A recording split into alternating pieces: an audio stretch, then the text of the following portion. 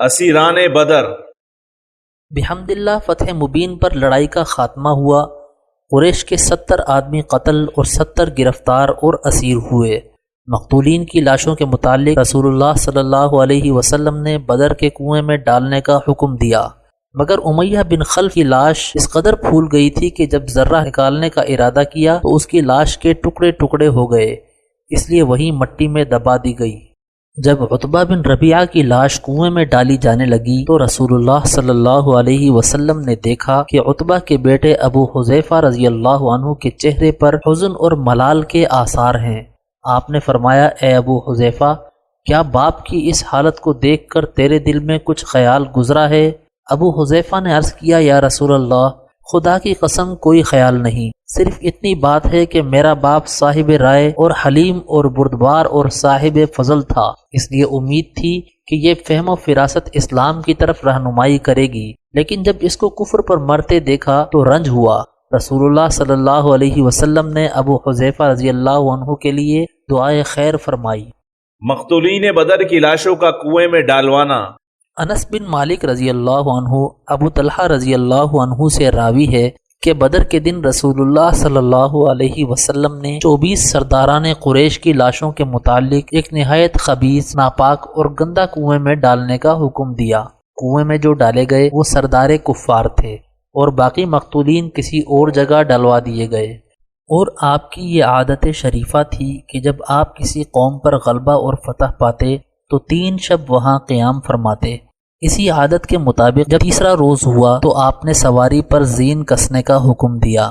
حسب الحکم پھر آپ چلے اور صحابہ آپ کے پیچھے چلتے تھے۔ صحابہ کو یہ خیال تھا کہ شاید کسی ضرورت کے لیے تشریف لے جا رہے ہیں، یہاں تک کہ آپ اس کنویں کے کنارے پر جا کھڑے ہوئے اور نام بنام فلاں ابن فلاں کہہ کر آواز دی، اور یا عتبہ، یا شیبہ، یا امیہ اور یا ابا جہل اس طرح نام لے کر پکارا، اور یہ فرمایا، تم کو یہ اچھا نہ معلوم ہوا کہ اللہ اور اس کے رسول کی اطاعت کرتے؟ تحقیق جس چیز کا ہمارے رب نے ہم سے وعدہ کیا ہم نے اس کو حق پایا۔ کیا تم نے بھی اپنے رب کے وعدے کو حق پایا؟ ایک گڑھے والوں، تم اپنے نبی کے حق میں بہت بڑا قبیلہ تھے، تم نے مجھ کو جھٹلایا اور لوگوں نے میری تصدیق کی، تم نے مجھ کو نکالا اور لوگوں نے ٹھکانہ دیا، تم نے مجھ سے قتال کیا اور لوگوں نے میری مدد کی، امین کو تم نے خائن بتلایا اور صادق کو کاذب کہا، اللہ تم کو بری جزا دے۔ بخاری اور مسلم کی روایت میں ہے کہ حضرت عمر نے عرض کیا، یا رسول اللہ، کیا آپ بے جان لاشوں سے کلام فرماتے ہیں؟ آپ نے فرمایا، قسم ہے اس ذات پاک کی جس کے قبضے میں میری جان ہے، میرے کلام کو تم ان سے زیادہ نہیں سنتے، مگر وہ جواب نہیں دے سکتے۔ فتح کی بشارت کے لیے مدینہ منورہ قاصد روانہ کرنا۔ بعد ازاں رسول اللہ صلی اللہ علیہ وسلم نے اس فتح مبین کی بشارت اور خوشخبری سنانے کے لیے مدینہ منورہ قاصد روانہ فرمائے۔ اہل عالیہ کی طرف عبداللہ بن رواحہ کو اور اہل سافلہ کی طرف زید بن حارثہ کو روانہ فرمایا۔ اسامہ بن زید فرماتے ہیں کہ یہ بشارت اس وقت ہمارے کانوں میں پہنچی جس وقت کہ ہم رسول اللہ صلی اللہ علیہ وسلم کی صاحبزادی اور حضرت عثمان غنی رضی اللہ عنہ کی زوجہ محترمہ حضرت رقیہ رضی اللہ عنہا کو مٹی دے رہے تھے۔ ان کی تیمارداری کے لیے حضور پرنور عثمان غنی رضی اللہ عنہ کو مدینہ چھوڑ آئے تھے، اسی وجہ سے حضرت عثمان بدر میں شریک نہ ہو سکے، مگر چونکہ یہ تخلف حضور پرنور کے حکم سے تھا اس لیے حضرت عثمان حکماً بدر میں شمار کیے گئے۔ میں نے دیکھا کہ زید بن حارثہ کو لوگ گھیرے ہوئے ہیں اور زید مسلح پر کھڑے ہوئے یہ کہہ رہے ہیں، مارا گیا عتبہ بن ربیعہ، شیبہ بن ربیعہ، ابو جہل بن ہشام، زمعہ بن اسود، ابو البختری بن ہشام، امیہ بن خلف اور نبیہ اور منبہ پسران حجاج۔ میں نے کہا، کیا یہ خبر سچ ہے؟ زید نے کہا، ہاں خدا کی قسم بالکل حق ہے۔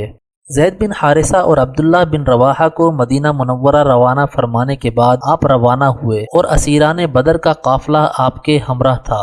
مال غنیمت عبداللہ ابن کعب انصاری کے سپرد فرمایا۔ جب آپ مقام روحہ میں پہنچے تو آپ کو کچھ مسلمان ملے جنہوں نے آپ کو اور آپ کے اصحاب کو اس فتح مبین کی مبارکباد دی۔ اس پر سلمہ بن سلامہ رضی اللہ عنہ نے کہا، کس چیز کی مبارکباد دیتے ہو؟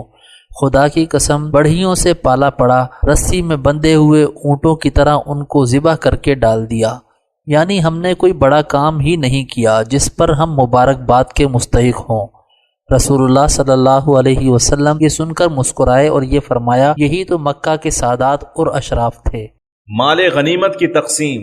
فتح کے بعد حضرت صلی اللہ علیہ وسلم نے بدر میں 3 روز قیام فرمایا۔ 3 روز قیام کے بعد مدینہ منورہ کی طرف متوجہ ہوئے اور مال غنیمت عبد ابن کعب کے سپرد فرمایا اور مقام صفرا میں پہنچ کر مال غنیمت کو تقسیم فرمایا۔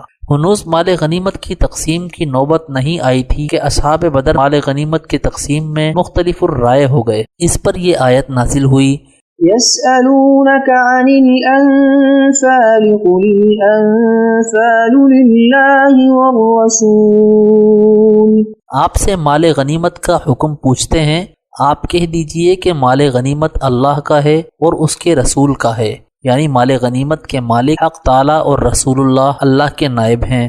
جس طرح مناسب سمجھیں تقسیم کر دیں۔ مقام صفرا میں پہنچ کر آپ نے یہ تمام مال مسلمانوں میں برابر تقسیم کر دیا۔ علاوہ ازیں مال غنیمت میں سے ان 8 آدمیوں کو بھی حصہ دیا کہ جو آپ کے حکم سے یا اجازت سے بدر میں حاضر نہیں ہوئے تھے۔ نمبر 1 عثمان بن عفان رضی اللہ عنہ، ان کو حضرت صلی اللہ علیہ وسلم ان کی زوجہ محترمہ رقیہ بنت رسول اللہ صلی اللہ علیہ وسلم کی علالت کی وجہ سے مدینے میں چھوڑ گئے تھے۔ نمبر 2 طلحہ بن عبید اللہ، سعید ابن زید، ان دونوں صاحبوں کو مدینہ سے ابو سفیان کے قافلے کی خبر لینے کے لیے روانہ کیا تھا۔ نمبر 4 ابو لبابہ، ان کو حضرت صلی اللہ علیہ وسلم مدینہ ہی میں بغرض انتظام چھوڑ گئے تھے۔ نمبر 5 عاصم بن عدی، ان کو عالیہ میں چھوڑ گئے تھے۔ نمبر 6 حارث بن حاطب، ان کو کسی وجہ سے بنی عمر بن عوف کی طرف واپس لوٹا دیا تھا۔ نمبر 7 حارث بن سمہ۔ نمبر 8 خوات بن جبیر رضی اللہ عنہم۔ یہ اصحاب اگرچہ معرکہ بدر میں شریک نہیں ہوئے، لیکن حضرت صلی اللہ علیہ وسلم نے ان کو بدر کی غنیمت میں سے حصہ دیا اور بدریین میں شامل فرمایا، واللہ اعلم۔ اور اسی مقام صفرا میں پہنچ کر رسول اللہ صلی اللہ علیہ وسلم نے قیدیوں میں سے نضر بن حارث کے قتل کا حکم دیا، اور صفرا سے چل کر جب مقام عرق الظبیہ میں پہنچے تو عقبہ بن ابی معیط کے قتل کا حکم دیا اور اسی جگہ اس کی گردن ماری گئی۔ نضر بن حارث کو حضرت علی کرم اللہ وجہہ نے اور عقبہ بن ابی معیط کو عاصم ابن ثابت رضی اللہ عنہ نے قتل کیا، اور باقی قیدیوں کو لے کر حضور مدینہ منورہ روانہ ہوئے۔ اسیران بدر کی مسلمانوں میں تقسیم اور ان کے ساتھ سلوک اور احسان کا حکم۔ مدینہ منورہ پہنچ کر قیدیوں کو صحابہ میں تقسیم فرمایا اور یہ ارشاد فرمایا، استوصوا بالاسارى خیرا، یعنی قیدیوں کے ساتھ بھلائی اور سلوک کرو۔ چنانچہ صحابہ کا یہ حال تھا کہ جن کے پاس قیدی تھے وہ اول کھانا قیدیوں کو کھلاتے اور بعد میں خود کھاتے، اور اگر نہ بچتا تو خود کھجور پر اکتفا کرتے۔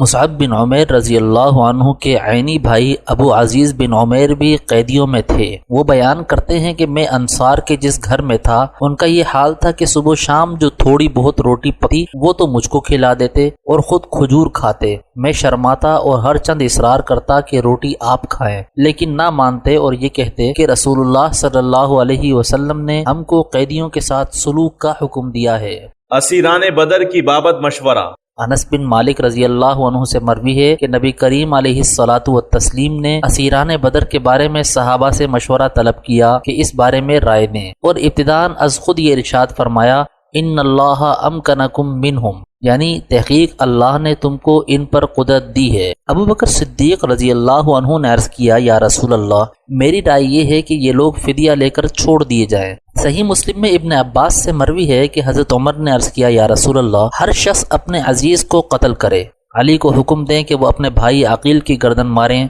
اور مجھ کو اجازت دیں کہ میں اپنے فلاں عزیز کی گردن ماروں، اس لیے کہ یہ لوگ کفر کے پیشوا اور سردار ہیں۔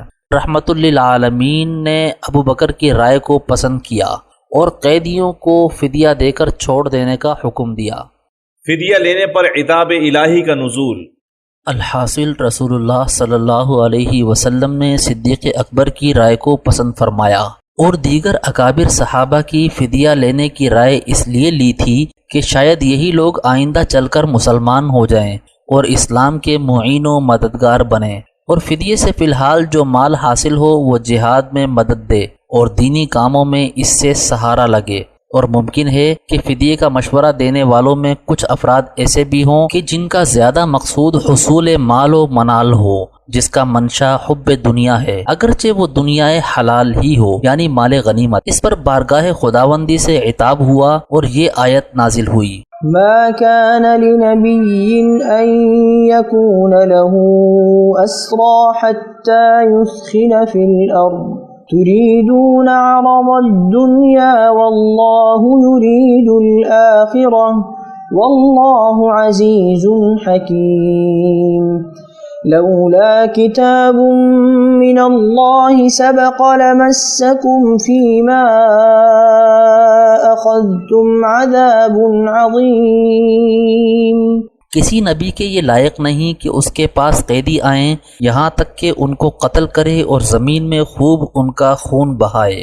تم دنیا کا مال و منال چاہتے ہو اور اللہ آخرت کی مصلحت چاہتا ہے، اور اللہ غالب اور حکمت والا ہے۔ اگر اللہ کا نوشتہ مقدر نہ ہو چکا ہوتا تو اس چیز کے بارے میں جو تم نے لی ہے ضرور تم کو بڑا عذاب پہنچتا۔ اس خطاب سراپا عتاب کے اصل مخاطب وہی لوگ ہیں جنہوں نے زیادہ تر مالی فائدہ اور دنیاوی مصلحت کو پیش نظر رکھ کر فدیے کا مشورہ دیا تھا، جیسا کہ تریدون عرض الدنیا سے مترشح ہوتا ہے۔ باقی جن حضرات نے محض دینی اور اخروی مصالح کی بنا پر فدیے کا مشورہ دیا تھا وہ فی الحقیقت اس عتاب میں داخل نہیں، اور حضور پرنور نے محض صلہ رحمی اور رحم دلی کی بنا پر فدیے کی رائے کو پسند کیا تھا، اور تاکہ دوسروں کو مالی فائدہ پہنچ جائے، اور دوسروں کو مالی نفع پہنچانے کا تصور جود و کرم ہے اور غایت درجہ محمود ہے، اور اپنے لیے مالی فائدے کو ملحوظ رکھنا یہ ناپسندیدہ ہے۔ آیت میں عتاب ان لوگوں پر ہے جن کی زیادہ نظر مالی فائدے پر تھی۔ نبی کریم علیہ السلام اور صدیق اکبر عتاب ربانی سن کر رو پڑے۔ حضرت عمر فرماتے ہیں میں نے رونے کا سبب دریافت کیا، آپ نے فرمایا تیرے ساتھیوں پر فدیہ لینے کی وجہ سے من جانب اللہ جو عذاب پیش کیا گیا اس کی وجہ سے روتا ہوں۔ میرے سامنے ان کا عذاب اس درخت کے قریب پیش کیا گیا، عذاب فقط دکھلا دیا گیا، اتارا نہیں گیا، مقصود فقط تنبیہ تھی۔ بعد ازاں آپ نے یہ ارشاد فرمایا کہ اگر اس وقت عذاب آتا تو سوائے عمر کے کوئی نہ بچتا، اور ایک روایت میں ہے کہ اور سوائے سعد ابن معاذ کے، چونکہ سعد ابن معاذ کی بھی یہی رائے تھی کہ قتل کیے جائیں، اس لیے حضرت عمر کے ساتھ ان کو مستثنیٰ کیا گیا۔ عبداللہ بن رواحہ اگرچہ فدیے کے مخالف تھے مگر ان کا خیال یہ تھا کہ ان سب کو آگ میں جلا دیا جائے، جس کو شریعت پسند نہیں کرتی، اس لیے عبداللہ بن رواحہ کا ذکر نہیں کیا گیا، چونکہ اس غزوے سے احقاق حق اور ابطال باطل اور کافروں کی جڑ کاٹنی مقصود تھی، کما قال تعالی وَيُرِيدُ اللَّهُ أَن يُحِقَّ الْحَقَّ بِكَلِمَاتِهِ وَيَقْطَعَ دَابِرَ الْكَافِرِينَ لِيُحِقَّ الْحَقَّ وَيُبْطِلَ الْبَاطِلَ وَلَوْ كَرِهَ الْمُجْرِمُونَ۔ اور اللہ کا ارادہ یہ ہے کہ حق کو اپنے وعدوں سے ثابت کرے اور کافروں کی بیخ کنی کرے، تاکہ اعلانیہ طور پر حق کا حق ہونا اور باطل کا باطل ہونا واضح ہو جائے، اگرچہ مجرمین کو ناگوار ہو۔ اسلام تو فقط مجرمین کے قتل کا حکم دیتا ہے، لیکن جن حکومتوں کو تہذیب اور تمدن کا دعویٰ ہے وہ اپنا دبدبہ قائم کرنے کے خیال میں مجرم اور غیر مجرم کا کوئی فرق نہیں کرتی، بلا کسی استثناء کے قتل عام کا حکم دے ڈالتی ہیں، جس میں بے قصور عورتیں اور بچے سبھی شامل ہوتے ہیں۔ اور اس مہذب لشکر سے جو حیاسوز افعال ظہور میں آتے ہیں وہ دنیا سے مخفی نہیں، مشین گنوں اور توپوں اور ہوائی جہازوں سے بمباری کر کے نہایت بے رحمی اور بے دردی کے ساتھ تمام شہر کو چند منٹ میں نظر آتش کر دیا جاتا ہے۔ مقدار فدیہ فدیے کی مقدار اعلیٰ حسب الحیثیت 1000 درہم سے 4000 درہم تک تھی، اور جو لوگ نادار تھے اور فدیہ نہیں ادا کر سکتے تھے وہ بلا کسی معاوضہ اور فدیے کے آزاد کر دیے گئے، اور جو لوگ ان میں سے لکھنا جانتے تھے ان سے یہ شرط ٹھہری کہ 10 بچوں کو لکھنا سکھا دیں اور آزاد ہو جائیں، یہی ان کا فدیہ ہے۔ زید بن ثابت رضی اللہ عنہ نے اسی طرح لکھنا سیکھا۔ اسیران بدر میں ابو عزہ عمر بن عبداللہ بن عثمان میں بھی فدیے کی استطاعت نہ تھی، اس لیے آپ کی خدمت میں عرض کیا یا رسول اللہ، آپ کو معلوم ہے کہ میں نادار اور عیالدار ہوں، مجھ پر احسان فرمائیے۔ آپ نے احسان فرمایا اور بلا فدیہ لیے رہا کر دیا، مگر یہ شرط فرمائی کہ ہمارے مقابلے میں کسی کی مدد نہ کرنا۔ ابو عزہ نے اس شرط کو منظور کیا اور آپ کی شان میں کچھ مدحیہ اشعار بھی کہے، لیکن اسلام نہیں لائے۔ جنگ احد میں بحالت کفر قتل ہوئے، اور اسی طرح مطلب بن حنطب اور سیفی ابن ابی رفاعہ بلا فدیہ رہا کیے گئے۔ جس وقت مکہ میں قریش کی ہزیمت اور شکست کی خبر پہنچی تو تمام شہر میں تہلکہ پڑ گیا۔ سب سے پہلے مکہ میں حیثمان خزاعی پہنچا۔ لوگوں نے کہا بتلاؤ کیا خبر ہے؟ کہا مارا گیا عتبہ بن ربیعہ اور شیبہ بن ربیعہ، ابو الحکم ابن ہشام، ابو جہل، امیہ بن خلف، زمعہ بن اسود، نبیہ اور منبہ پسران حجاج اور فلاں فلاں سرداران قریش۔ صفوان بن امیہ اس وقت حتیم میں بیٹھا ہوا تھا۔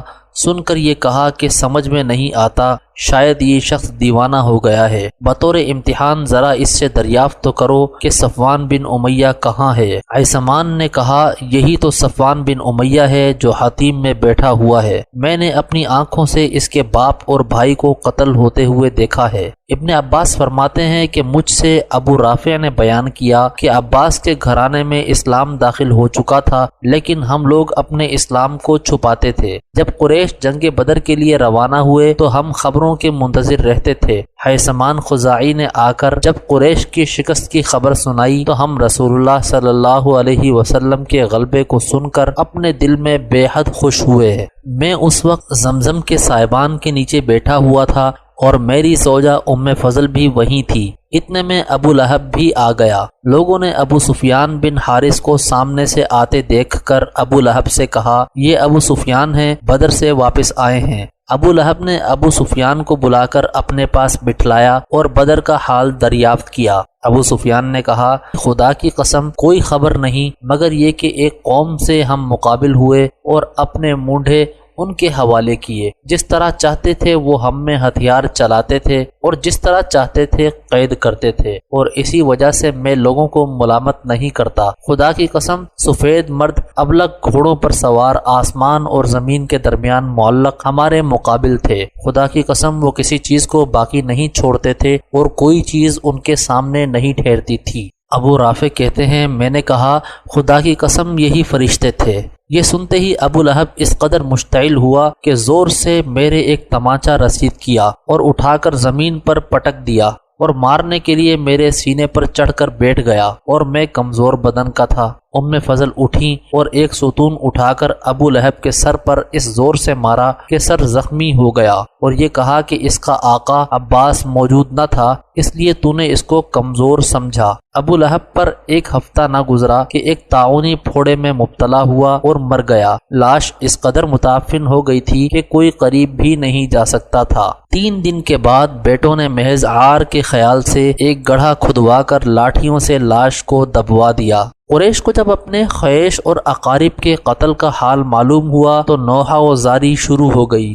1 ماہ تک اسی طرح گریہ و زاری کرتے رہے۔ بعد ازاں یہ منادی کرا دی گئی کہ کوئی شخص گریہ و زاری نہ کرے۔ محمد اور اس کے ساتھیوں کو جب یہ خبر پہنچے گی تو بہت خوش ہوں گے، اور نہ کوئی اپنے قیدیوں کا فدیہ دے، کہیں محمد صلی اللہ علیہ وسلم فدیے کی مقدار نہ بڑھا دیں۔ لیکن باوجود اس اعلان اور منادی کے مطلب بن ابی وداع 4000 درہم لے کر قریش سے پوشیدہ شب کو مدینہ روانہ ہوا۔ مدینہ پہنچ کر اپنے باپ ابو وداع کا فدیہ ادا کیا اور باپ کو چھڑا کر مکہ لے آیا۔ اس کے بعد سلسلہ پڑ گیا اور لوگوں نے اپنے اپنے قیدیوں کو فدیہ بھیج بھیج کر چھڑانا شروع کر دیا۔ انہی قیدیوں میں سہیل ابن عمرو بھی تھے جو نہایت زیرک اور فصیح اللسان تھے، مجمعوں میں آپ کی مذمت کیا کرتے تھے۔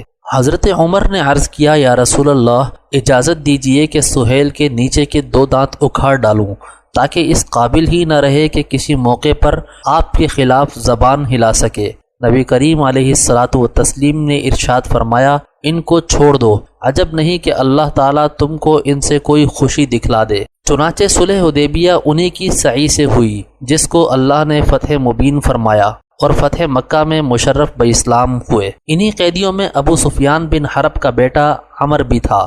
جب ابو سفیان سے کہا گیا کہ اپنے بیٹے عمر کو فدیہ دے کر چھڑا لو تو ابو سفیان نے یہ جواب دیا کہ ایسے ممکن ہے کہ میرا آدمی بھی مارا جائے اور فدیہ بھی دوں؟ میرا ایک بیٹا حنزلہ تو قتل ہو گیا اور دوسرے عمر کا فدیہ دوں، جب تک چاہیں قید رکھیں۔ اسی اثنا میں سعد بن نعمان انصاری مدینے سے مکہ عمرہ کرنے کے لیے آئے۔ ابو سفیان نے ان کو اپنے بیٹے کے معاوضے میں پکڑ لیا۔ انصار کی درخواست پر آپ نے عمر بن ابی سفیان کو دے کر سعد کو چھڑا لیا۔ انہی قیدیوں میں رسول اللہ صلی اللہ علیہ وسلم کے داماد ابو العاص بن ربیع بھی تھے۔ حضرت کی صاحبزادی حضرت زینب جو حضرت خدیجہ الکبریٰ کے بطن سے تھیں، آپ کی زوجیت میں تھیں۔ حضرت خدیجہ رضی اللہ عنہا ابو العاص کی خالہ تھیں، ان کو بمنزلہ اولاد کے سمجھتی تھیں۔ خود حضرت خدیجہ نے آپ سے کہہ کر بعثت سے قبل زینب کا عقد ابو العاص سے کیا تھا۔ ابو العاص مالدار اور امانت دار اور بڑے تاجر تھے۔ بعثت کے بعد حضرت خدیجہ اور آپ کی کل صاحبزادیاں ایمان لائیں، مگر ابو العاص شرک پر قائم رہے۔ قریش نے ابو العاص پر بہت زور دیا کہ ابو لہب کے بیٹوں کی طرح تم بھی محمد صلی اللہ علیہ وسلم کی بیٹی کو طلاق دے دو، جہاں چاہو گے وہاں تمہارا نکاح کر دیں گے۔ لیکن ابو العاص نے صاف انکار کر دیا اور کہہ دیا کہ زینب جیسی شریف عورت کے مقابلے میں دنیا کی کسی عورت کو پسند نہیں کرتا۔ جب قریش جنگ بدر کے لیے روانہ ہوئے تو ابو العاص بھی ان کے ہمراہ تھے، من جملہ اور لوگوں کے آپ بھی گرفتار ہوئے۔ اہل مکہ نے جب اپنے اپنے قیدیوں کا فدیہ روانہ کیا تو حضرت زینب نے اپنے شوہر ابو العاص کے فدیے میں اپنا وہ ہار بھیجا جو حضرت خدیجہ نے شادی کے وقت ان کو دیا تھا۔ حضرت صلی اللہ علیہ وسلم اس ہار کو دیکھ کر آپ دیدہ ہو گئے اور صحابہ سے فرمایا اگر مناسب سمجھو تو اس ہار کو واپس کر دو اور اس قیدی کو چھوڑ دو۔ اسی وقت تسلیم اور انقیاد کی گردنیں خم ہو گئیں، قیدی بھی رہا کر دیا گیا اور ہار بھی واپس ہو گیا۔ مگر رسول اللہ صلی اللہ علیہ وسلم نے ابو العاص سے یہ وعدہ لے لیا کہ مکہ پہنچ کر زینب کو مدینہ بھیج دیں۔ ابو العاص نے مکہ پہنچ کر زینب کو مدینہ جانے کی اجازت دے دی اور اپنے بھائی کنانہ بن ربیع کے ہمراہ روانہ کیا۔ کنانہ نے عین دوپہر کے وقت حضرت زینب کو اونٹ پر سوار کرایا اور ہاتھ میں تیر کمان لی اور روانہ ہوئے۔ آپ کی صاحبزادی کا علل اعلان مکہ سے روانہ ہونا قریش کو بہت شاق معلوم ہوا، چنانچہ ابو سفیان وغیرہ نے راہ میں آ کر اونٹ کو روک لیا اور یہ کہا کہ ہم کو محمد کی بیٹی کو روکنے کی ضرورت نہیں، لیکن اس طرح علانیہ طور پر لے جانے میں ہماری ذلت ہے۔ مناسب یہ ہے کہ اس وقت تو مکہ واپس چلو اور رات کے وقت لے کر روانہ ہو جاؤ۔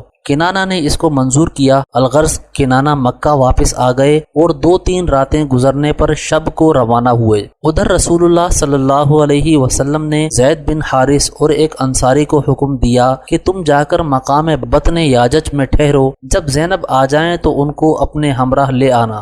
یہ لوگ بطن یاجج پہنچے اور ادھر سے کنانہ بن ربیع آتے ہوئے ملے۔ کنانہ وہیں سے واپس ہو گئے اور زید بن حارثہ مع اپنے رفیق صاحبزادی کو لے کر مدینہ روانہ ہوئے۔ جنگ بدر کے 1 ماہ بعد مدینہ پہنچی۔ صاحبزادی آپ کے پاس رہنے لگیں اور ابو العاص مکہ میں مقیم رہے۔ فتح مکہ سے قبل ابو العاص بغرض تجارت شام کی طرف روانہ ہوئے۔ چونکہ اہل مکہ کو آپ کی امانت و دیانت پر اعتماد تھا، اس لیے اور لوگوں کا سرمایہ بھی شریک تجارت تھا۔ شام سے واپسی میں مسلمانوں کا ایک دستہ مل گیا، اس نے تمام مال و متاع ضبط کر لیا اور ابو العاص چھپ کر مدینہ حضرت زینب کے پاس آ پہنچے۔ رسول اللہ صلی اللہ علیہ وسلم جب صبح کی نماز کے لیے تشریف لائے تو حضرت زینب نے عورتوں کے چبوترے سے آواز دی، اے لوگوں، میں نے ابو العاص بن ربیع کو پناہ دی ہے۔ رسول اللہ صلی اللہ علیہ وسلم جب نماز سے فارغ ہوئے تو لوگوں کی طرف متوجہ ہوئے اور ارشاد فرمایا، اے لوگوں، کیا تم نے بھی سنا ہے جو میں نے سنا؟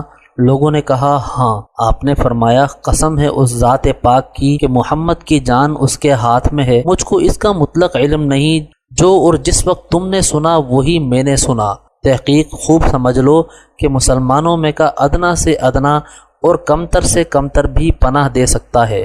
اور یہ فرما کر صاحبزادی کے پاس تشریف لے گئے اور یہ فرمایا کہ اے بیٹی، تو مسلمان ہے اور وہ مشرک اور کافر۔ اور اہل سریہ سے یہ ارشاد فرمایا کہ تم کو اس شخص یعنی ابو العاص کا تعلق ہم سے معلوم ہے، اگر مناسب سمجھو تو ان کا مال واپس کر دو، ورنہ وہ اللہ کا عطیہ ہے جو اللہ نے تم کو عطا فرمایا ہے اور تم ہی اس کے مستحق ہو۔ سنتے ہی صحابہ نے کل مال واپس کر دیا۔ کوئی ڈول لاتا تھا اور کوئی رسی، کوئی لوٹا اور کوئی چمڑے کا ٹکڑا، غرض یہ کہ کل مال ذرہ ذرہ کر کے واپس کر دیا۔ ابو العاص کل مال لے کر مکہ روانہ ہوئے اور جس جس کا حصہ تھا اس کو پورا کیا، جب شرکا کے حصے دے چکے تو یہ فرمایا، اے گروہ قریش، کیا کسی کا کچھ مال میرے ذمے باقی رہ گیا ہے جو اس نے وصول نہ کر لیا ہو؟ قریش نے کہا، نہیں، بس اللہ تجھ کو جزائے خیر دے، تحقیق ہم نے تجھ کو وفادار اور شریف پایا۔ کہا، پس میں گواہی دیتا ہوں کہ اللہ کے سوا کوئی معبود نہیں اور محمد صلی اللہ علیہ وسلم اللہ کے بندے اور اس کے رسول ہیں۔ میں اب تک فقط اس لیے مسلمان نہیں ہوا کہ لوگ یہ گمان نہ کریں کہ میں نے مال کھانے کی خاطر ایسا کیا ہے۔ جب اللہ نے تمہارا مال تم تک پہنچا دیا اور میں اس ذمہ داری سے سبکدوش ہو گیا، تب مسلمان ہوا۔ بعد ازاں ابو العاص رضی اللہ عنہ مکہ سے مدینہ چلے آئے۔ رسول اللہ صلی اللہ علیہ وسلم نے پھر حضرت زینب کو آپ کی زوجیت میں دے دیا۔ انہی قیدیوں میں رسول اللہ صلی اللہ علیہ وسلم کے چچا حضرت عباس بھی تھے، جن کو کعب بن عمر ابو الیسر نے گرفتار کیا تھا۔ حضرت عباس قوی اور جسیم تھے۔ ابو الیسر رضی اللہ عنہ نحیف الجسم اور ضعیف اور قصیر القامت تھے۔ رسول اللہ صلی اللہ علیہ وسلم نے فرمایا، اے ابو الیسر، تو نے عباس کو کیسے گرفتار کیا؟ ابو الیسر نے عرض کیا، یا رسول اللہ، ایک شخص نے میری امداد کی کہ جس کو میں نے کبھی نہ اس سے پہلے دیکھا نہ بعد میں، اور اس کی حیت ایسی اور ایسی تھی۔ آپ نے فرمایا، لقد اعانک علیہ ملک کریم، تحقیق ایک محترم فرشتے نے تیری امداد کی۔ حضرت عباس کی بندش ذرا سخت تھی۔ رسول اللہ صلی اللہ علیہ وسلم نے جب حضرت عباس کی کرہ سنی تو نیند اڑ گئی۔ انصار کو جب اس کا علم ہوا تو آپ کی گرہ کھول دی اور مزید برآں یہ درخواست کی کہ اگر حضور اجازت دیں تو ہم اپنے بھانجے عباس کا فدیہ چھوڑ دیں۔ آپ نے یہ جواب دیا، خدا کی قسم اس سے ایک درہم بھی نہ چھوڑو۔ حضرت عباس سے جب فدیے کا مطالبہ کیا گیا تو اپنی ناداری کا عذر کیا۔ آپ نے فرمایا، اچھا وہ مال کہاں ہے جو تم نے اور تمہاری بیوی ام فضل نے مل کر دفن کیا تھا؟ حضرت عباس سنتے ہی حیران رہ گئے اور عرض کیا، بے شک میں گواہی دیتا ہوں کہ آپ یقیناً اللہ کے رسول ہیں، میرے اور ام فضل کے سوا کسی کو بھی اس کا علم نہ تھا۔ ابن عباس رضی اللہ عنہما سے مروی ہے کہ رسول اللہ صلی اللہ علیہ وسلم نے حضرت عباس پر 100 اوقیہ اور عقیل ابن ابی طالب پر 80 اوقیہ فدیہ لگایا۔ تمام قیدیوں میں سب سے زائد فدیہ حضرت عباس کا تھا۔ حضرت عباس نے عرض کیا کہ کیا آپ نے قرابت کی وجہ سے میرا فدیہ اس قدر زائد تجویز کیا ہے؟ یعنی قرابت کا اقتضا تو یہ تھا کہ آپ میرے فدیے میں تخفیف فرماتے، لیکن بجائے تخفیف کے آپ نے میرے فدیے کی مقدار سب سے زائد کر دی۔ اس پر اللہ تعالیٰ نے یہ آیت نازل فرمائی، یا ایہا النبی قل لمن فی ایدیکم من الاسرى إن يعلم الله في قلوبكم خيرا يؤتكم خيرا مما أخذ منكم ويغفر لكم والله غفور رحيم۔ اے نبی، آپ ان قیدیوں سے کہہ دیجئے جو آپ کے قبضے میں ہیں کہ تم اس فدیے پر کچھ افسوس نہ کرو۔ اگر اللہ تعالیٰ تمہارے دلوں میں کچھ بھلائی دیکھے گا، یعنی دل سے اسلام لے آئیں گے، تو جو تم سے لیا گیا ہے اس سے کہیں زائد اور بہتر تم کو عطا فرما دے گا اور تمہاری مغفرت بھی فرمائے گا، اور اللہ بڑا بخشنے والا اور مہربان ہے۔ حضرت عباس رضی اللہ عنہ بعد میں فرمایا کرتے تھے، کاش مجھ سے اس وقت کئی گنا زیادہ فدیہ لے لیا جاتا۔ حق جل وعلا نے جتنا مجھ سے لیا اس سے بہتر اور زائد مجھ کو دے دیا۔ 100 اوقیہ کے بدلے میں 100 غلام عطا فرمائے جو سب کے سب تاجر ہیں۔ یہ وعدہ حق تعالی نے دنیا ہی میں پورا فرما دیا۔ دوسرا وعدہ مغفرت کا تھا، اس کا میں امیدوار ہوں۔ اسیران بدر میں نوفل بن حارث بھی تھے۔ جب رسول اللہ صلی اللہ علیہ وسلم نے ان سے فدیہ دینے کو کہا تو یہ جواب دیا کہ میرے پاس تو کچھ بھی نہیں جو فدیہ میں دے سکوں۔ آپ نے فرمایا، وہ نیزے کہاں ہیں جو تم جدہ میں چھوڑ آئے ہو؟ نوفل نے کہا، بخدا اللہ کے بعد میرے سوا کسی کو بھی ان کا علم نہیں، میں گواہی دیتا ہوں بے شک آپ اللہ کے رسول ہیں۔ نوفل نے وہ نیزے فدیے میں دے دیے جن کی تعداد 1000 تھی۔ آپ نے حضرت عباس اور نوفل کے درمیان درمیان رشتہ مواخات قائم فرمایا اور زمانہ جاہلیت میں بھی دونوں آپس میں دوست تھے اور تجارت میں شریک رہتے تھے۔ عمیر بن وہب جمحی اسلام کے شدید ترین دشمنوں میں سے تھا۔ مکہ کے زمانے قیام میں رسول اللہ صلی اللہ علیہ وسلم اور آپ کے اصحاب کو ایذائیں پہنچائی تھیں۔ قیدیوں میں اس کا بیٹا وہب بن عمیر بھی تھا۔ ایک دن عمیر بن وہب اور صفوان بن امیہ حطیم میں بیٹھے ہوئے تھے۔ صفوان نے مقتولین بدر کا تذکرہ کر کے کہا کہ اب زندگی کا مزہ نہیں رہا۔ عمیر نے کہا ہاں خدا کی قسم، سرداران قریش کے قتل ہو جانے کے بعد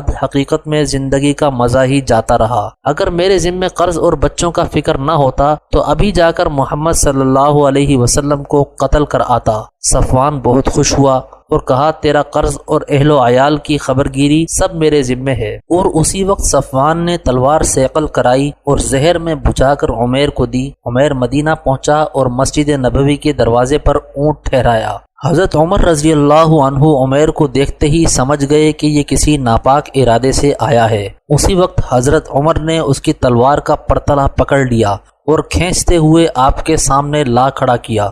رسول اللہ صلی اللہ علیہ وسلم نے حضرت عمر سے فرمایا اسے چھوڑ دو، اور عمیر سے پوچھا کہ کیوں آئے ہو؟ عمیر نے کہا اپنے قیدی کو چھڑانے آیا ہوں۔ آپ نے فرمایا سچ کہو، کیا اس لیے آئے ہو؟ سچ بتلاؤ کہ تم نے اور صفوان نے حطیم میں بیٹھ کر کیا مشورہ کیا تھا؟ عمیر نے گھبرا کر کہا میں نے کیا مشورہ کیا تھا؟ آپ نے فرمایا تو نے میرے قتل کا ذمہ لیا ہے اس شرط پر کہ صفوان تیرے اہل و عیال کی خبرگیری کرے اور تیرا قرض ادا کرے۔ عمیر نے کہا میں گواہی دیتا ہوں کہ بے شک آپ اللہ کے رسول ہیں۔ اس واقعے کا سوائے میرے اور صفوان کے کسی کو علم نہ تھا، بس اللہ ہی نے آپ کو اس کی خبر دی، بس ایمان لایا میں اللہ اور اس کے رسول پر۔ ابن اسحاق کی روایت میں ہے کہ عمیر نے یہ کہا قسم ہے اللہ کی، میں یقین کرتا ہوں کہ اللہ کے سوا کسی نے آپ کو اس واقعے کی اطلاع نہیں کی، بس شکر ہے اس ذات پاک کی جس نے مجھ کو اسلام کی ہدایت دی اور مجھ کو یہاں کھینچ کر لایا۔ اور اس کے بعد کلمہ شہادت پڑھا۔ رسول اللہ صلی اللہ علیہ وسلم نے صحابہ سے مخاطب ہو کر فرمایا اپنے بھائی کو دین کی باتیں سمجھاؤ اور قرآن پڑھاؤ اور اس کے قیدی چھوڑ دو۔ اسی وقت قیدی عمیر رضی اللہ تعالی عنہ کے حوالے کر دیا گیا۔ عمیر رضی اللہ عنہ نے عرض کیا یا رسول اللہ، میں نے اللہ کے نور کے بجھانے کی بہت کوشش کی اور جن لوگوں نے اللہ عز و جل کے دین کو قبول کیا ان کو طرح طرح سے ستایا۔ اب مجھ کو اجازت دیجیے کہ مکہ جا کر اللہ اور اس کے رسول کی طرف لوگوں کو بلاؤں اور اسلام کی دعوت دوں، شاید اللہ تعالیٰ ان کو ہدایت نصیب فرمائے اور اللہ کے دشمنوں کو ستاؤں جیسا کہ اس سے قبل اللہ کے دوستوں کو ستایا۔ آپ نے اجازت دی۔ عمیر مدینہ سے روانہ ہوئے اور صفوان بن امیہ لوگوں سے یہ کہتا پھرتا تھا اے لوگوں، چند روز میں تم کو ایسی بشارت سناؤں گا جو تم کو بدر کا صدمہ بھلا دے گی۔ اور ہر وارد و صادر سے عمیر کی خبریں دریافت کرتا رہتا تھا، یہاں تک کہ عمیر کی اسلام لانے کی خبر پہنچی۔ صفوان یہ خبر سنتے ہی آگ بگولا ہو گیا اور قسم کھائی کہ خدا کی قسم عمیر سے بات بھی نہ کروں گا اور نہ اسے کبھی کوئی نفع پہنچاؤں گا۔ عمیر مکہ پہنچے اور دعوت اسلام میں مصروف ہو گئے اور بہت سے لوگ آپ کی وجہ سے مسلمان ہوئے۔